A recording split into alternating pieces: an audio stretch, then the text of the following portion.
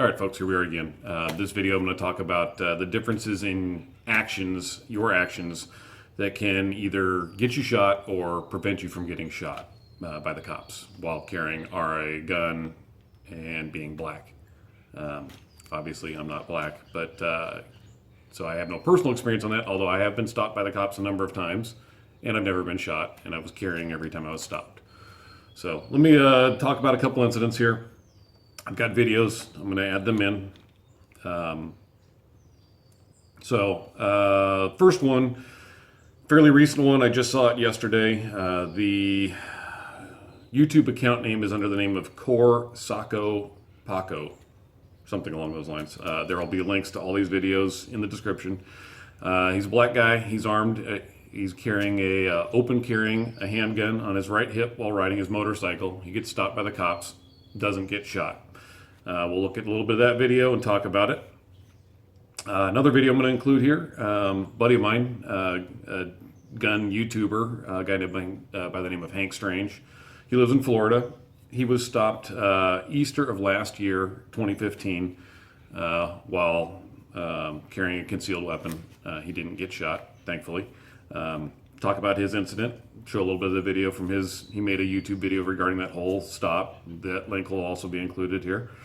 Talk about a guy named Mark Hughes. Everybody probably saw his picture during the whole Dallas police officer ambush shooting event. He was the black man who was wearing a camo shirt, carrying an AR-15, open carrying it during the demonstration there. He was originally identified as the possible suspect as the shooter of that. He was not the shooter. He was cleared fully. We'll talk about his incident. All right, after that, I'm going to talk about a Facebook post by a guy named Stephen Hildreth Jr. It was posted on October 27th of 2015. I'll show the video. I'll show the post. Unfortunately, there's no video to go with that one. He's a black man, was stopped while carrying a concealed gun, didn't get shot. Then we're going to talk about some of the people who got shot. Keith Scott, we all recently heard about him. That's where a lot of the comments that I'm going to be addressing are coming from, is my video on that. Also, Alfredo Lango, talk about him a little bit. And then there's a more recent one, which I didn't do a video on, Carnell Snell Jr. We'll talk about his incident. So then there's a few other videos I'm going to include showing why officers shoot. I'll also include all the links to all that. So stand by. Let's take a look at all this stuff and talk about it. All right, so here's the first video we're going to look at. I've edited out quite a bit of it just for time constraints. So initially, the vehicle stop is totally legit. In his video, he shows himself speeding and weaving through traffic. Not totally erratic, but way above the speed limit. So stop's justified. Cops contact him. Watch the video. We'll talk about it at the end.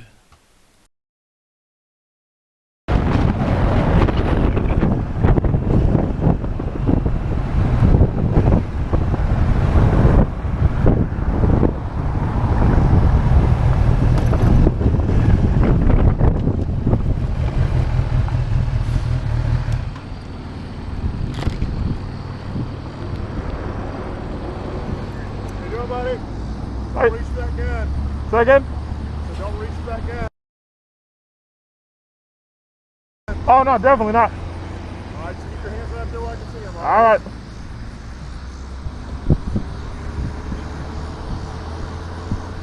Can you take it from me? Yeah. Just to be safe? That's the only reason I'm gonna take it, because I can see it. Okay. All right, sir. I'll give it right back to you. All right. Buddy? All right, thank you. Okay. All right. You can put your hands back down. All right. Okay. Go ahead and grab your license registration for me. All right. It's in this pocket here. Okay. Can I put it on? Put your kickstand down. That way you don't drop your bike. Okay. What's up, buddy? All right. First reason I got you stopped. All right. Uh-huh. You split traffic coming up, zigzagging in and out lane to lane. Okay. Right, sir. And I had you on radar at 62, which is on the low end. Yeah. You cranked it up there in that straightaway. Okay? Yeah, I was trying to get out Yeah. in the Okay. traffic. So go ahead and grab your license, registration, everything for me. All right. All No right. more guns on the bike. Or Negative. anything? Okay. Negative. All right. All right. We're gonna give you your gun back this second. That's a written warning. Okay. So no ticket, nothing like that. I appreciate your cooperation. Be careful, man. Your GoPro won't keep these people from running into you. Exactly. That's why I was trying to get between them nice and smooth. It might show them, but it's not gonna keep them from running into you. You know what I mean? Just because Man, I'm all about you, Kerry. I'm glad that you are. Perfect, because you should be, because you just don't. These people out here are nutty. I don't blame you one bit. So, you know, in a normal circumstance, like I said, I wouldn't have even taken that off of you, just with it being right there, and you know, where you reach, it just eliminates everything. So, you know, I don't know you until I talk to you. So, be careful, man. All right. Be safe. All right, sir. All right, so you saw what happened there. Cops contacted him. He was open carrying. He actually asked the cops to hang on to his gun so they don't have to worry about it. At the end of it, they give him his gun back. They talk about it, and they even comment that they're totally for him carrying a firearm for his own protection. So, and so the handshake, cops walk away. He gets back on his bike and rides off. Everybody's fine.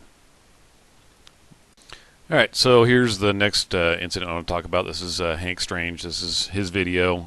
This is a still shot from the video, and this is all the video from here is all from his YouTube video.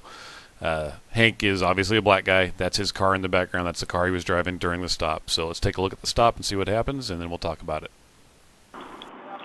Yes, sir. Do you mind stepping back here with your driver's license, please?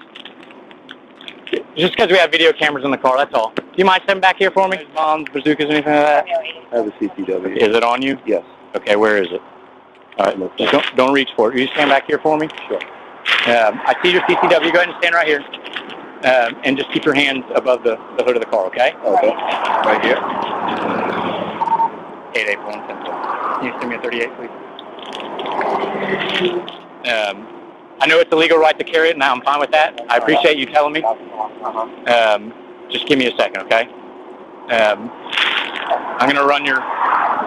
Deputy Drake's going to stay here with you, okay? I'm going to go run the thing to make sure this is a valid stop. And if it's a valid stop, we'll continue, okay?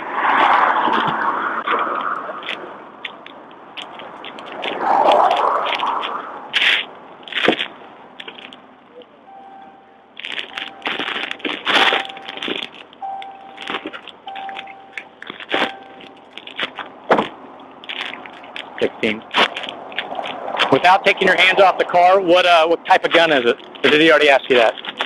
No. Okay. What type of gun is it, sir? Glock 19. Glock 19? Okay. The window tint is 16 on the driver's window. All right, it can't be below 28. All right, so it is a legal traffic stop, so we can continue. Okay. I would feel much better if you would let me take the gun and put it in my car, or put it back in your car, and then I'll feel better about it. Is that okay with you? You want me to put it back in my car? I'm going to take it off you and put it into your car. I'm going to pick it up, put it on the driver's seat, and if you go to the car, I'll take it as an act of aggression, okay? I'm just giving you a heads up, all right? Okay. So just don't go back and run back to the car, okay? Okay. So keep your hands right there. It's left-handed? Right. Right-handed? Right.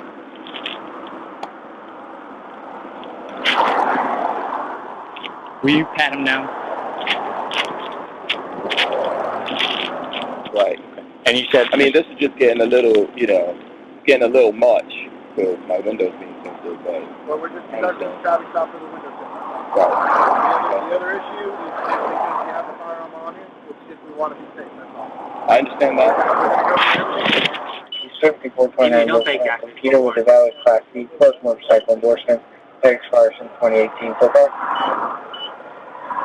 So far.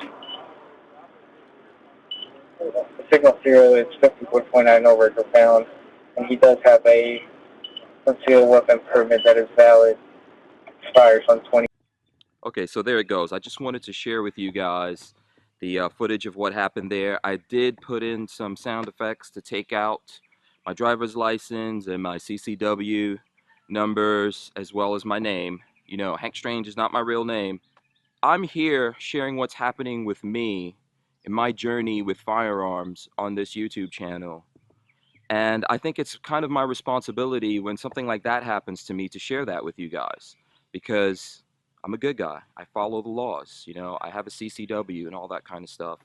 And I think there's lots of people, those who look like me and who don't look like me out there, that go through these kinds of things.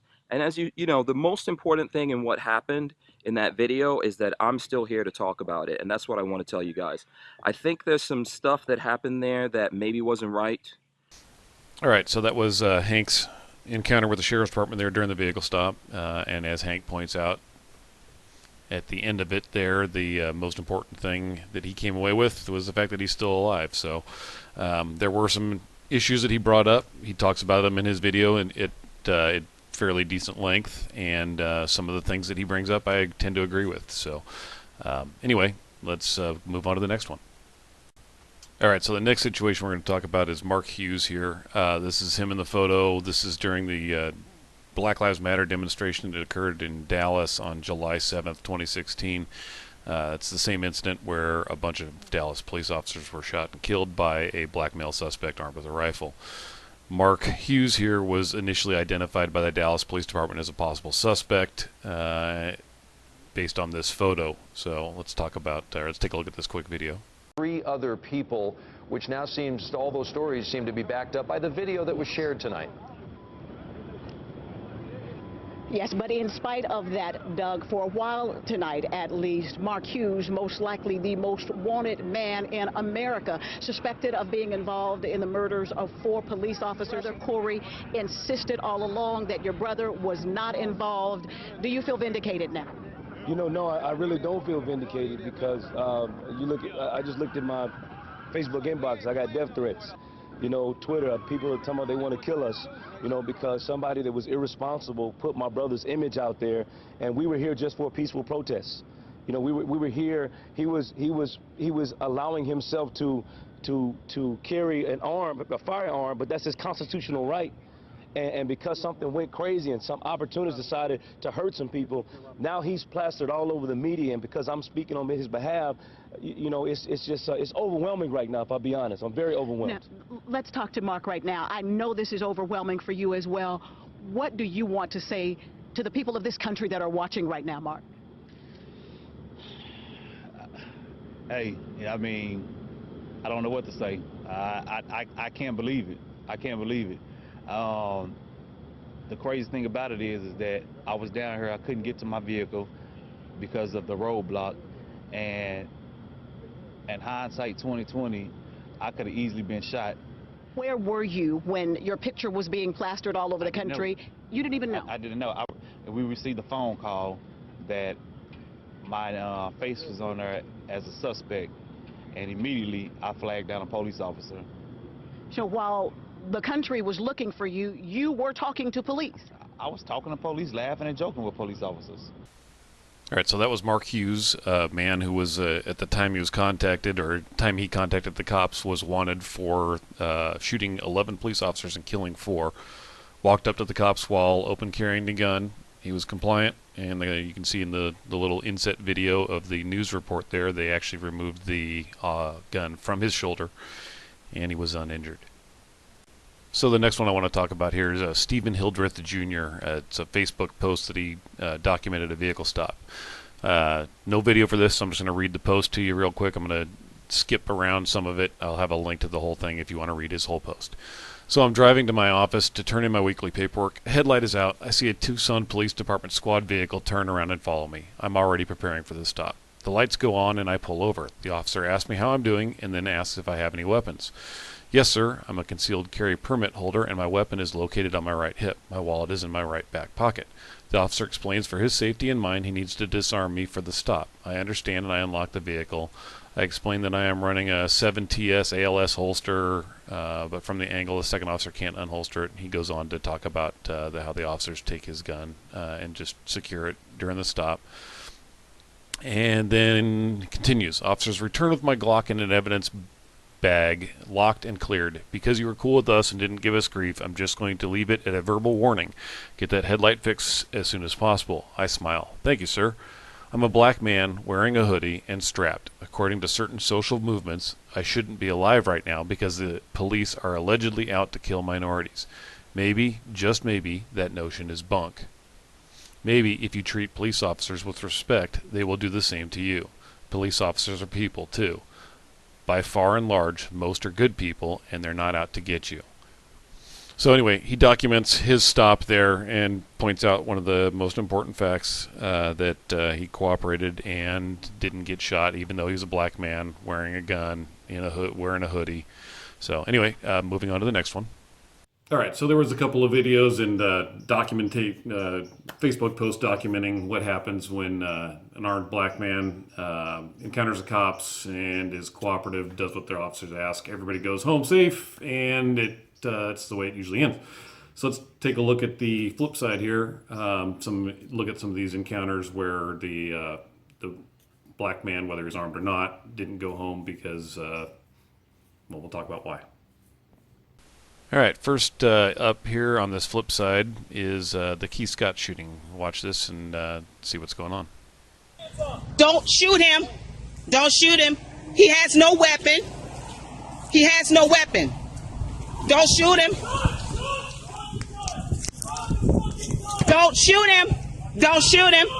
He didn't do anything.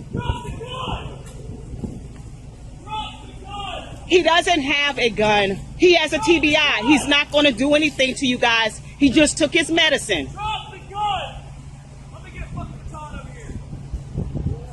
Keith, don't let them break the windows. Come on out the car. Keith, don't do it. Keith, get out the car. Keith, don't you do it. Don't you do it. Keith, don't you do it. All right, so next up is the Alfred Alongo shooting in El Cajon, California. We'll watch the video and we'll talk about it afterwards. This is Mr. Alongo and Officer Gonzalez.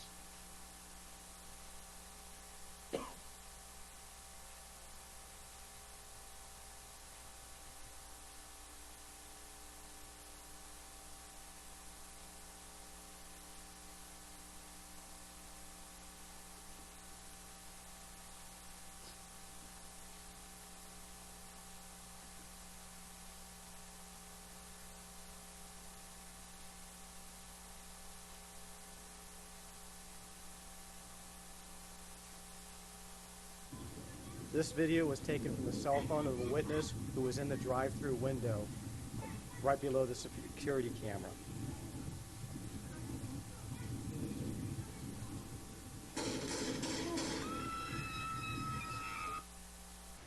All right, and the last one we're going to talk about here is the Carnell Snell Jr. shooting. LAPD shot him after a vehicle pursuit, stolen vehicle. He got out of the car, was running from the cops, and he was armed with a handgun. There's no video of the actual shooting. However, there is surveillance video from one of the businesses that he ran past in which you can clearly be seen carrying a gun that was later recovered.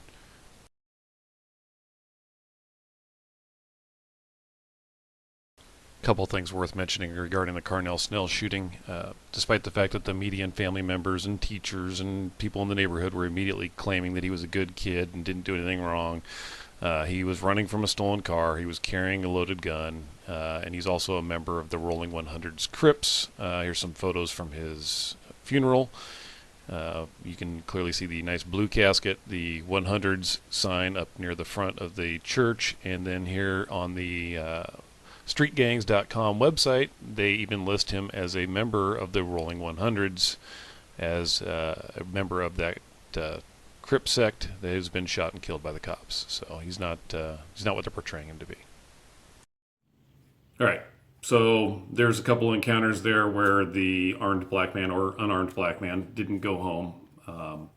So let's take a look at the difference in behavior there. The guys who went home, they all cooperated. They were polite. They were courteous. They weren't always the best encounters. Hank's encounter with the cops there were some issues that he had. He talks about it in his video. Some of the stuff that those cops did, I would never have done. I'm not always going to necessarily side 100% with the cops. However, when you start looking at these shootings, you have to look at the behavior of the suspect. It's not just the suspect's skin color or the fact that he has a gun. It's his actions that are causing these cops to fire rounds at them. So now let's take a look at a couple of things and talk about why officers may or may not be justified in shooting. And these are some examples. A couple of them are tests, and then one of them is a real-world example of what happens when officers delay their shots. And then we'll talk about that some more. All right, so first up is a guy who goes by the pseudonym of Donut Operator over at Blue Lives Matter. All right, is everybody watching? Okay, watch. See my gun? Look. See how it's down by my side? Watch this. Watch.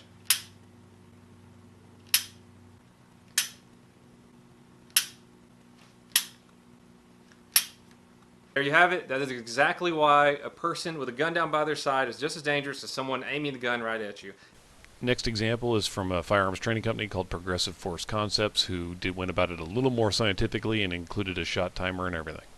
We've got an officer who is aimed at a paper target, but that is simulating he's aimed at a suspect. Directly next to him in his peripheral vision is a person playing the role of a bad guy. That was myself, and I've got a firearm at my side, hands at my side. The officer is doing what he's been trained to do. He is keeping his finger straight and off the trigger until his sights are on target and he has made the decision to shoot. So we have an officer adhering to policy and procedure. He's also at a slight break, a contact ready at the lower abdomen of the suspect until he can take and see that something has happened with the hands and he elevates the gun.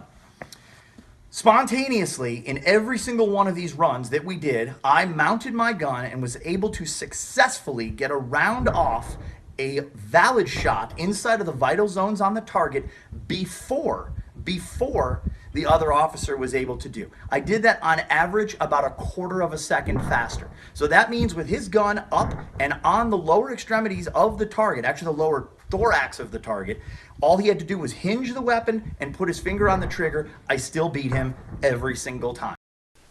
That Progressive Force Concepts video goes into it in much more depth. I highly suggest anybody who's interested in learning about it watch. You can see the huge difference between action versus reaction. And last up, we have a guy whose YouTube channel is Possum Popper 89. He did an excellent video in which he titled, "Why Do Police Sometimes Shoot Unarmed Citizens?" Take a quick look at a couple of clips from that.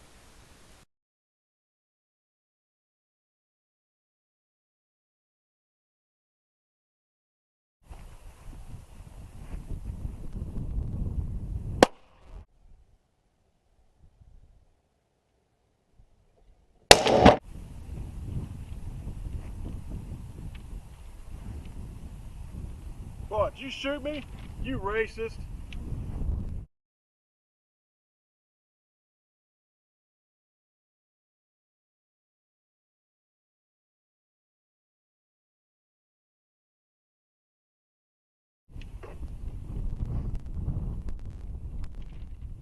Wallet.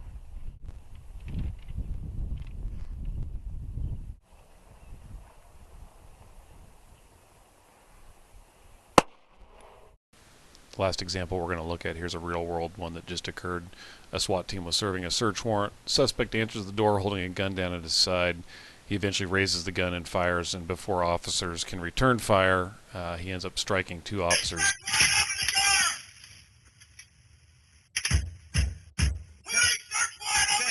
Go high-low, guy, hold up, move up, high-low. Okay, that's enough knocking, move out.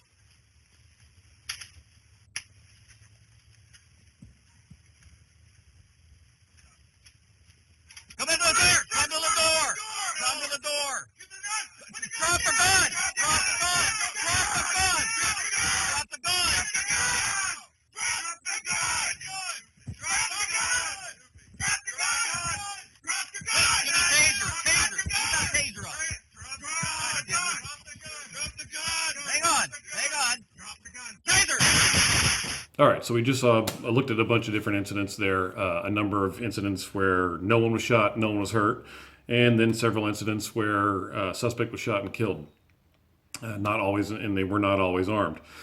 What are the big differences between the two halves here, the two sides? The first incidents where no one was shot and killed, the people that were contacted by the cops were cooperative. They did what they were told. Even though they were armed, nothing happened. The other incidents where the people were shot and killed, they were not cooperative. They were not doing what they were told, and they were confrontational with the cops. You look at the videos in which they talk about action versus reaction, and it shows you very clearly how much behind the eight ball the cops are when they encounter someone.